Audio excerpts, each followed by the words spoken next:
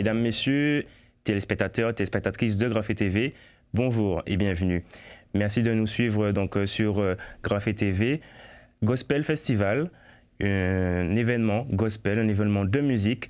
Nous parlerons de cela avec l'association Dorcas qui crée cet événement pour la première fois, une association créée dans les années 2000, et nous le verrons avec un membre qui est le pasteur de l'église des Anses d'Arlet, l'église baptiste des Anses d'Arlet, avec le pasteur Jean-Henlod Saint-Hilaire. Bonjour.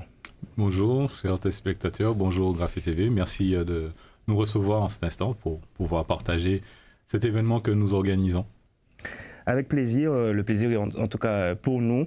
Le thème de votre événement, Lumière du monde, un thème choisi, un thème fort.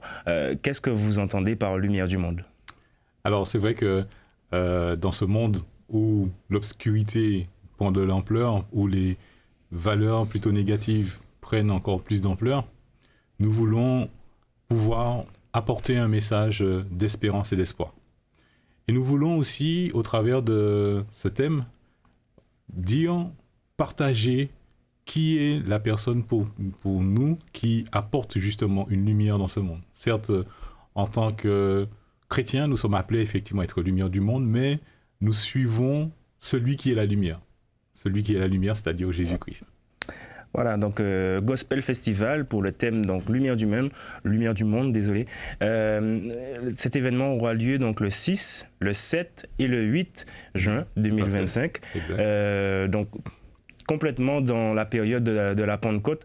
J'imagine que c'est une période choisie de manière non anodine. Tout à fait, puisque parmi les grandes fêtes du calendrier chrétien, Pâques, Noël, il y a aussi la Pentecôte. Et c'est vrai que pour nous, c'est aussi un événement du calendrier qui est important parce que c'est là où nous avons vu aussi la naissance de l'Église, là où l'effusion du Saint-Esprit a pu être fait aux disciples à ce moment-là, cette promesse que Jésus avait faite au moment de son départ. Il dit, voilà, je m'en vais, mais je vous enverrai le Saint-Esprit, le Consolateur, le Paraclétos, le Défenseur, et il viendra, il demeurera avec vous. Et donc pour nous, c'est encore l'occasion d'annoncer ce message où nous voulons partager le fait que des hommes et des femmes peuvent encore rencontrer Christ, peuvent encore avoir cette expérience d'être avec cette réconciliation avec Dieu en Jésus-Christ et en recevant son Esprit Saint. Alors cet événement se fera sur le front de mer qui se situe donc aux Anses d'Arlet toujours. Voilà. Alors expliquez-nous un peu, pour celles et ceux qui ne connaissent pas un peu les environs, où se situera le concert, ce festival. Alors, c'est relativement simple. Lorsqu'on arrive au bourg des Anses d'Arlet, en face de la mairie ou même en face de la grande église catholique, près de la grande jetée, le grand quai qui est, je dirais, très bien connu touristiquement en tout cas, puisque souvent lorsqu'on on partage une photo des Anses d'Arlet, c'est souvent soit l'église catholique ou ce front de mer qui est prise en photo. Et donc quand vous arrivez au niveau de ce quai, vous continuez en allant vers, comme si vous alliez vers le Diamant, vers Petit-Anse, le Diamant, et vous allez arriver, même pas en l'espace de 300 mètres, sur une petite place à côté de ce qu'on appelle le marché aux poissons, pour ceux qui connaissent le marché aux poissons. Mais pour ceux qui ne connaissent pas, il suffit juste de continuer en arrivant aux Anses d'Arlet, comme si on allait vers le Diamant Petit-Anse. Vous tomberez sur la place à peine 300 mètres plus loin. Alors revenons sur l'association Dorcas.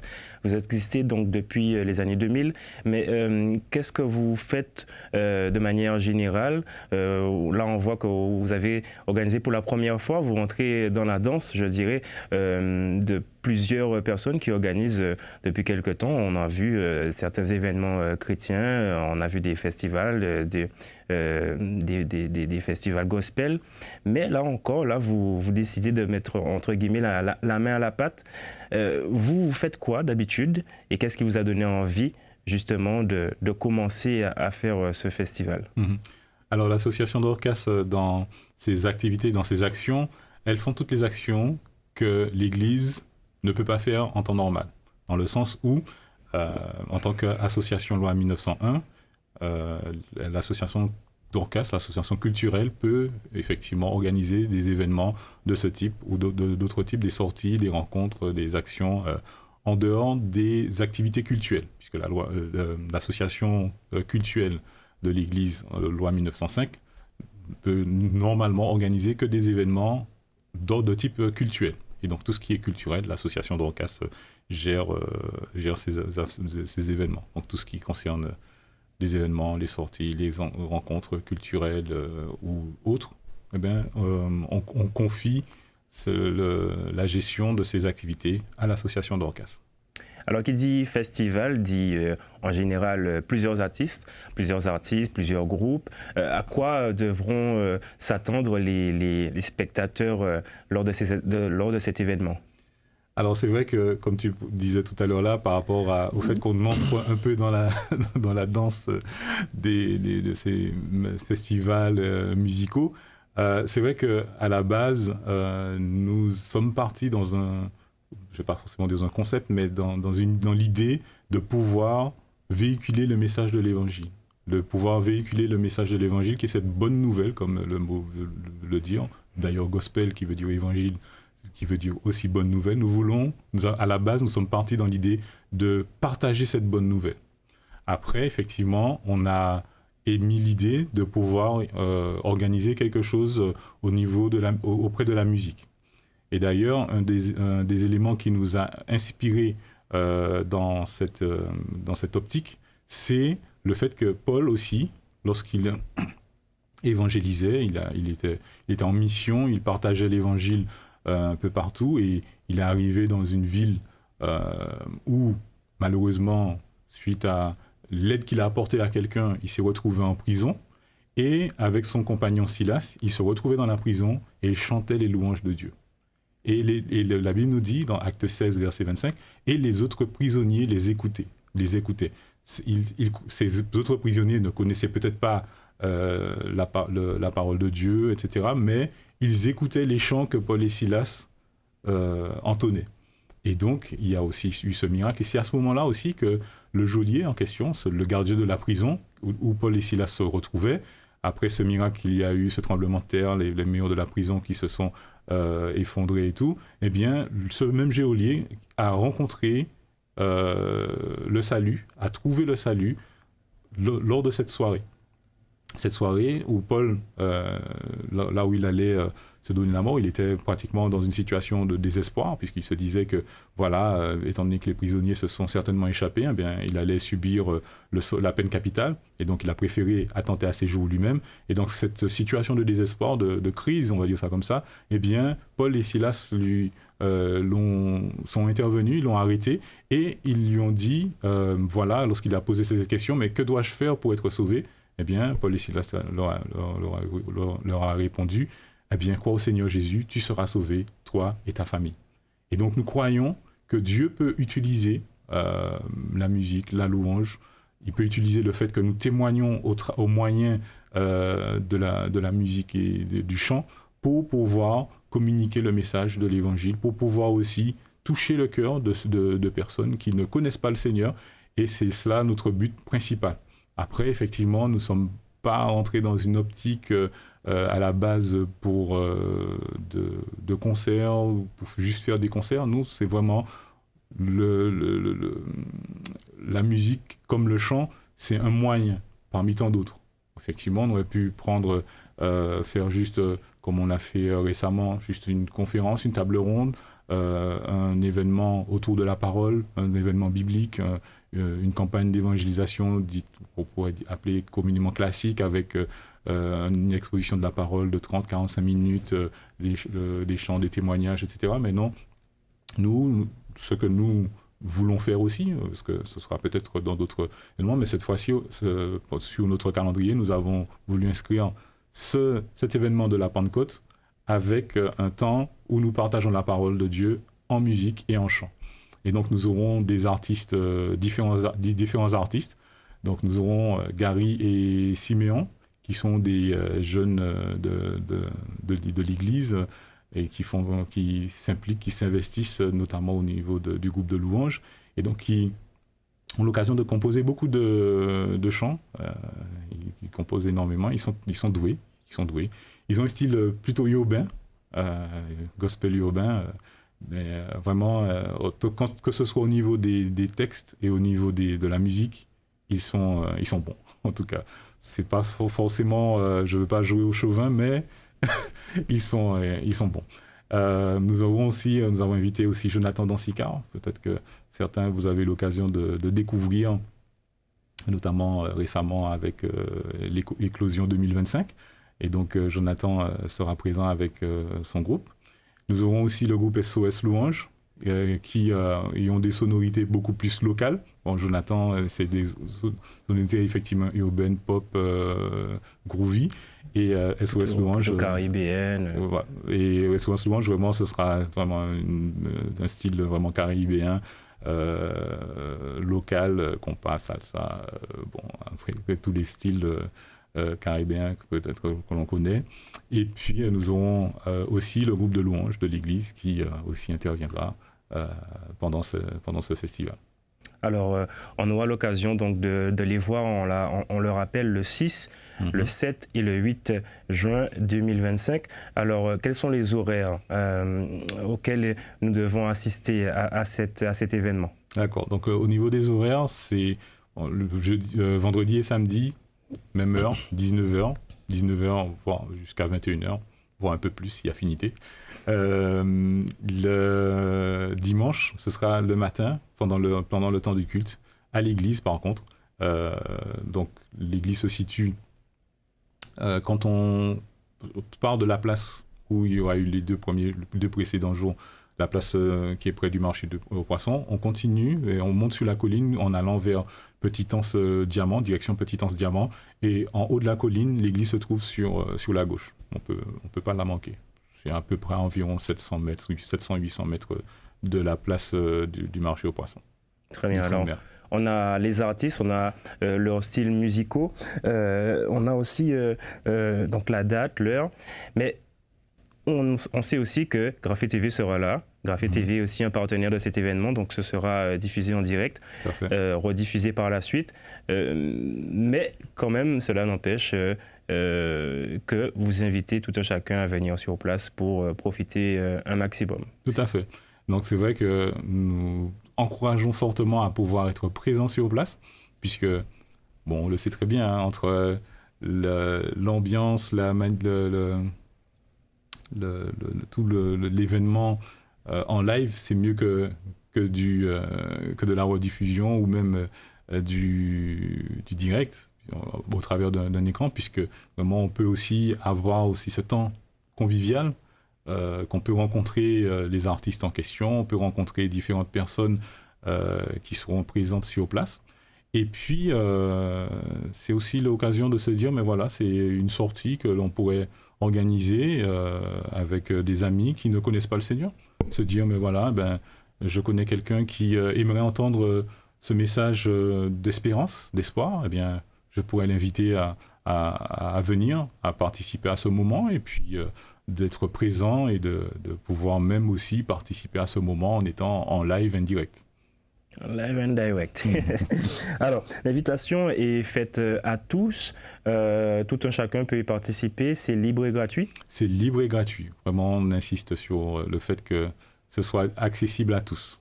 On ne veut pas que le côté financier soit un frein, mais que tout le monde peut venir, peut y participer. D'ailleurs, le fait qu'on ait choisi d'être sur le front de mer plutôt que, en tout cas après autorisation de la mairie, plutôt que dans une salle comme on a l'habitude de faire à la période, c'est vraiment qu'on veut que l'événement soit vraiment accessible à tous. Comme on avait l'habitude de le faire dans la salle à la Paillote, qui est une salle municipale, qui est aussi à l'entrée du bourg, mais c'est vrai qu'on a constaté que lorsqu'on les invitait, on invitait beaucoup de personnes, mais le fait d'aller dans une salle, même des événements de la ville qui se passent à la Paillote, bon, les gens sont comme si le fait de se déplacer dans un lieu, tandis que là, on est sur une place qui est passantes, etc. Et des personnes qui peuvent, si vous voulez, si vous avez un petit creux, il y a même une pizzeria en face, vous pouvez venir en famille, manger votre pizza et puis écouter la musique en même temps. Donc voilà, mais en tout cas, on a vraiment voulu être à proximité des personnes et qu'il n'y ait aucun obstacle qui pourrait venir pour pouvoir y assister ou bien pour pouvoir y participer. Alors, vous avez parlé de gospel, vous avez parlé aussi de lumière du monde. Vous voulez être, en quelque sorte, apporter un espoir, en tout cas, selon ce qu'on a compris, apporter un espoir dans, on va dire, cette pénombre qu'il y a souvent dans le monde maintenant. Mais de manière personnelle, vous, est-ce que vous avez un témoignage? Est-ce que vous pouvez nous donner, vous, votre rencontre avec Christ et ce que ça a changé dans votre vie? Alors, c'est vrai que ma rencontre avec Christ, j'ai grandi dans une famille chrétienne, bon, avec ces dysfonctionnements, différents dysfonctionnements, mais c'est vrai que depuis petit, j'allais à l'église et j'aimais bien aller à l'église dans le sens où, bon voilà, j'y allais un peu plus pour jouer après le culte ou avec les autres enfants, ou bien peut-être j'aimais bien les histoires bibliques, mais sans plus. Et c'est vrai que c'est vers l'âge de 12 ans où j'ai commencé à un peu à écouter avec attention les leçons de l'école du dimanche. Et il y a notre monitrice qui est décédée il n'y a pas longtemps, c'est la sœur Félicienne, Gati Belza. Elle nous parle, elle avait partagé ce jour-là un sermon, le sermon sur la montagne de Jésus. Elle parlait de la partie heureux les débonnaires. Et c'est vrai que ça m'avait intrigué. Je me suis dit, mais débonnaires, c'est quoi déjà? Donc, quand je me suis renseigné, j'ai recherché. Et puis voilà, des personnes qui sont douces, qui sont bonnes. Je me suis dit, mais comment? Parce que dans notre société, c'est pas les personnes qui sont gentilles, douces. Ils sont pas les plus en avant, ou que, bon, voilà, c'est pas eux qui révolutionnent le monde.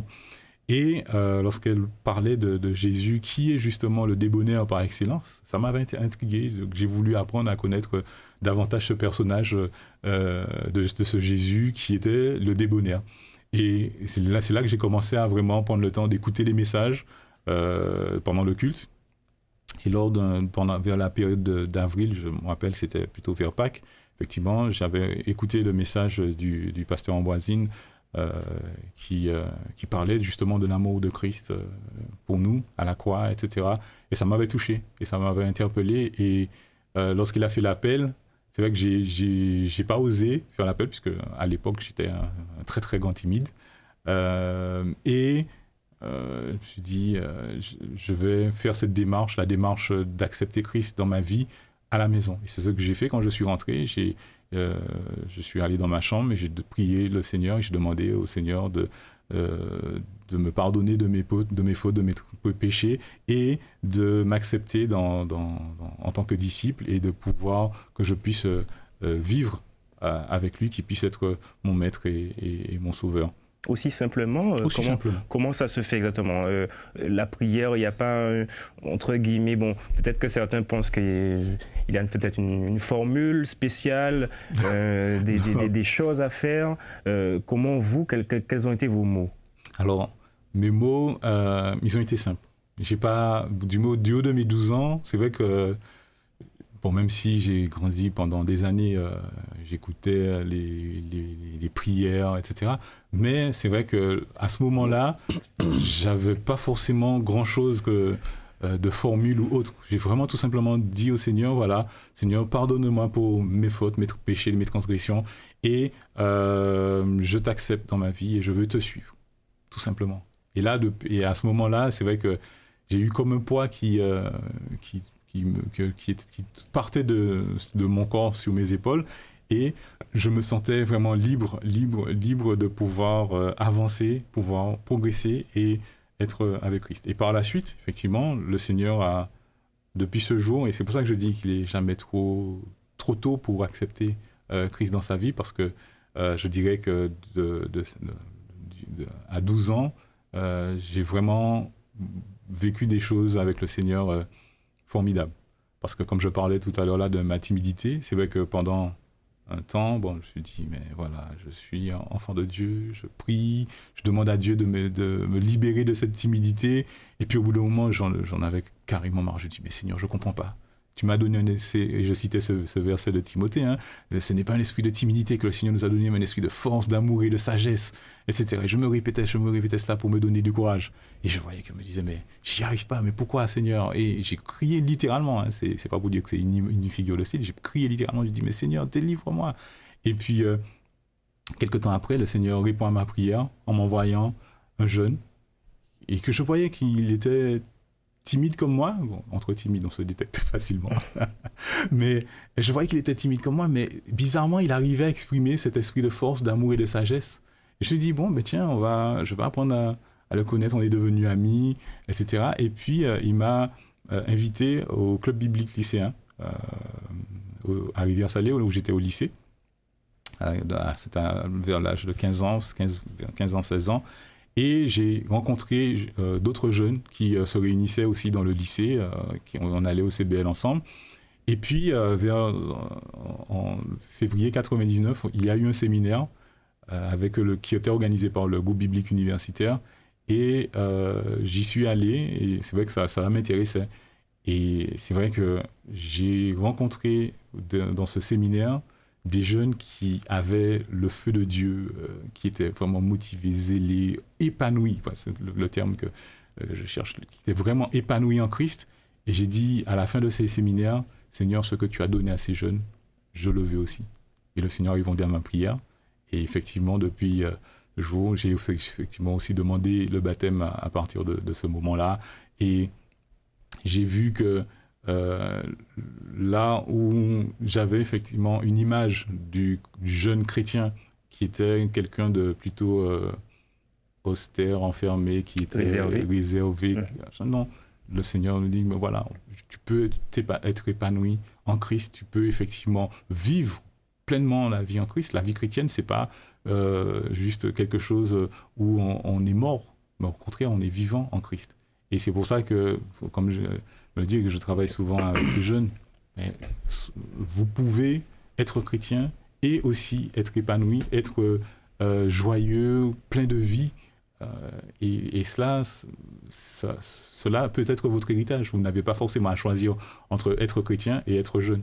Et on peut être jeune et chrétien. Et c'est vrai que le Seigneur m'a beaucoup appris à ce niveau-là. Et même par la suite, les années qui ont suivi, le Seigneur m'a conduit, m'a beaucoup aidé dans différentes situations. Même dans ma vie personnelle, il m'a aidé à progresser, à grandir. C'est vrai que je ne suis pas encore parfait, mais je vois que le Seigneur, au fur et à mesure, il me transforme, il me change. Et vraiment, ça, c'est formidable. Vraiment, je n'échangerai cette vie pour rien au monde. Du fait que j'ai rencontré le Seigneur Jésus à 12 ans jusqu'à aujourd'hui, je ne regrette absolument rien. S'il y a une chose que je ne pourrais jamais regretter, c'est d'avoir rencontré Christ. C'est comme une lumière, du coup, une lumière. Voilà, Jésus a été ma lumière. La lumière qui a été celle qui a donc éclairé un peu votre vie, ou peut-être je dirais complètement votre vie. C'est ce que vous souhaitez pour celles et ceux qui viendront dans cet événement? Tout à fait. En tout cas, j'espère qu'ils découvriront cette même lumière que j'ai pu rencontrer, que d'autres ont pu rencontrer, parce que, comme Jean-Baptiste le disait, il est la lumière du monde, celui qui est venu pour justement éclairer ce monde. Et personne d'autre, parce que c'est vrai que, comme Blaise Pascal disait, il y a dans le cœur de l'homme un vide qui a la forme de Dieu. Et c'est vrai que Jésus est venu nous réconcilier avec Dieu le Père. Et par rapport à cela, nous pouvons rencontrer cette lumière qui nous mène vers le Père. C'est-à-dire que lorsque, comme Paul le disait, voilà, il vous a arraché du royaume des ténèbres pour vous amener à son admirable lumière. Et donc, c'est ce que nous voulons encourager tout un chacun. Nous ne voulons pas venir parler d'une religion, parler de rites, parler de ceci ou autre, non, d'une philosophie. Nous voulons parler d'une personne, c'est celui qui est la lumière du monde et qui a fait de nous des lumières et qui fait en nous, qui crée en nous cette lumière qui peut aussi que nous pouvons apporter aussi à d'autres, que nous pouvons apporter dans ce monde d'obscurité. D'ailleurs, c'est quelqu'un qui disait, même la plus petite lumière peut faire une grande différence dans les ténèbres les plus noires. En ceci, vous avez parlé donc dans ce témoignage où vous avez fait une prière de repentance et où d'autres vous ont permis de cheminer. Donc on a parlé donc de communion fraternelle. C'est là encore l'objet aussi de ce festival. Voilà, donc nous avons un peu brossé tous les aspects que vous désirez transmettre, en tout cas dans ce Gospel Festival. Qu'est-ce que vous désirez encore pour celles et ceux qui viendront? Quel est, en un mot, votre souhait? Alors mon souhait, en un mot, notre souhait au niveau du groupe d'évangélisation ou même de l'association Dorcas, c'est tout simplement de participer à cet événement. Mais participer surtout pour inviter d'autres qui ne connaissent pas Christ, qui n'ont pas encore fait cette expérience, cette paix avec Jésus-Christ et cette paix avec Dieu, de les inviter et de venir. C'est ça notre objectif. Prier pour nous, en tout cas pour cet événement, que le Seigneur aussi puisse agir, toucher des cœurs, et au travers de tout ce qui se fera, que ce soit au niveau de la musique, des chants, des témoignages, de l'animation, du message qui sera porté, vraiment que le Seigneur soit entièrement glorifié, parce que nous sommes là pour semer, arroser, mais c'est Dieu qui fait croître. Alors, est-ce qu'il y aura des personnes justement pour accompagner ces personnes qui éventuellement seraient aptes à accepter cette démarche, à faire cette démarche? Est-ce que vous avez prévu des personnes qui seraient là pour les accompagner? Tout à fait. En tout cas, nous avons plusieurs personnes qui sont présentes pour accompagner, pour pouvoir discuter, écouter. Nous avons un groupe de personnes qui est formé pour l'accompagnement, pour la relation d'aide, etc. Nous avons aussi des personnes qui sont là aussi pour écouter, pour accompagner, rediriger spirituellement. Mais en tout cas, dans différentes situations, nous sommes là pour vous écouter et à l'occasion de vous conduire, de vous guider vers Christ, qui est notre lumière. Donc voilà, quand vous avez parlé de relation d'aide, donc toute personne qui aurait besoin justement d'aide, qui serait dans une situation assez difficile, compliquée, voilà, en tout cas l'invitation est pour cette personne également aussi à venir, pouvoir se restaurer, se réjouir au travers de louanges des différents artistes présents. Tout à fait. Voilà, donc voilà, mais c'est comme ça que nous allons conclure. Mais avant, je vous invite à nous donner l'infoline pour toute personne qui aimerait vous contacter pour avoir quelques informations. Alors, donc vous pouvez nous contacter au 06 96 09 58 41. On reprend un petit peu donc, pour celles et ceux qui n'ont pas eu le temps de noter. Oui, donc alors, pour ceux qui voudraient noter encore, donc 06 96 09 58 41. Très bien. Et c'est affiché aussi en bas de votre écran. Merci, Pasteur Jean-Claude Saint-Hilaire, de nous avoir amené vers l'explication de ce concert, de ce festival, un gospel festival sous le thème de Lumière du monde, avec plusieurs artistes et plusieurs groupes. Voilà, donc nous clôturons, que je suppose que quand même il y aura une deuxième édition, mais ça, l'avenir nous le dira. On espère, mais en tout cas, pour nous, c'est un moyen d'expression, et donc si on peut organiser régulièrement de tels festivals, que le Seigneur puisse nous aider dans cette direction et dans l'organisation de ces moments. Très bien, en tout cas c'est tout le bien qu'on vous souhaite. Merci beaucoup. Merci à vous, chers téléspectateurs et téléspectatrices aussi, de nous avoir suivis. Voilà, donc l'association Dorcas vous invite le 6, le 7 et le 8. Le 6, le 7 à partir de 19h jusqu'à 21h et plus, si affinité. Je reprends les mots du pasteur Jean-Claude Saint-Hilaire. Voilà, donc nous vous donnons rendez-vous également le 8 à l'église évangélique baptiste d'Essence d'Arlay à partir de 10h. Et c'est ainsi que nous refermons cette page. Merci de nous avoir suivis. Restez sur les ondes de Graphé TV. Suivez-nous sur les réseaux sociaux, Facebook, Instagram et YouTube pour les plus connectés d'entre vous. Et d'ici là, à très bientôt. Au revoir.